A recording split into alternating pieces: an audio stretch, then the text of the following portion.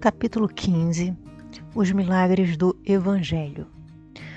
Superioridade da natureza de Jesus, sonhos, estrela dos magos, dupla vista, curas, possessos, ressurreições, Jesus caminha sobre as águas, transfiguração, tempestade amainada, bodas de Canaã, multiplicação dos pães, tentação de Jesus, prodígios na morte de Jesus, aparições de Jesus após sua morte, desaparecimento do corpo de Jesus.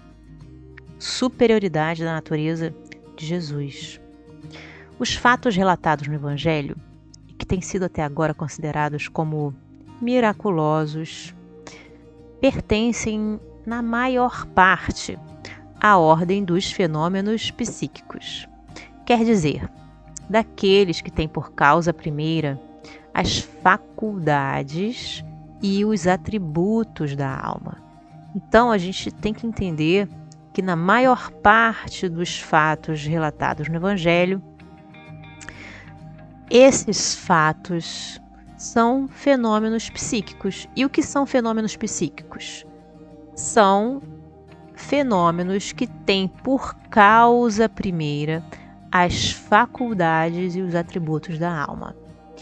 Bom, se os aproximarmos daqueles que são descritos e explicados no capítulo precedente, reconhece-se, sem esforço, que há entre eles identidade de causa e de efeito. Então é a mesma causa e é o mesmo efeito.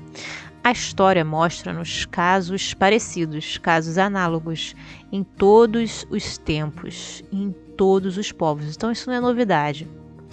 Pela razão de que, desde que há almas encarnadas e desencarnadas, os mesmos efeitos deverão ter se produzido. Então, desde que a gente entende que existem almas no mundo, encarnadas e encarnadas, esses fenômenos terão sempre existido. Pode-se, é verdade, contestar neste ponto a veracidade da história, a verdade, né, que a história conta.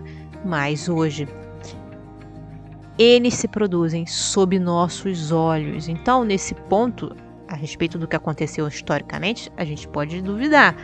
Mas hoje a gente vê todos esses fenômenos, né, por assim dizer, à vontade.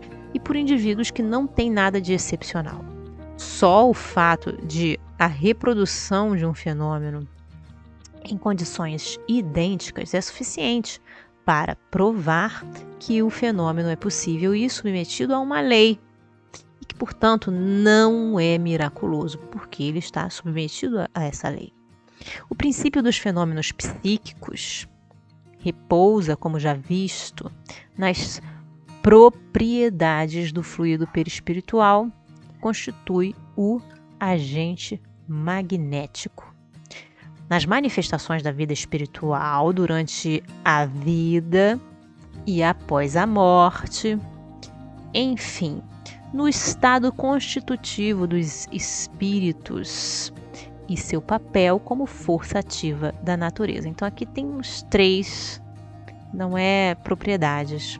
A gente tem fluido perispiritual, a gente tem no estado constitutivo dos espíritos e a gente também tem que o papel desses espíritos como força ativa da natureza, tá? Conhecidos esses elementos e constatados seus efeitos, tem-se por consequência de admitir que a possibilidade de certos fatos que eram rejeitados quando se lhes atribuía origem sobrenatural. Então existe essa possibilidade, tá?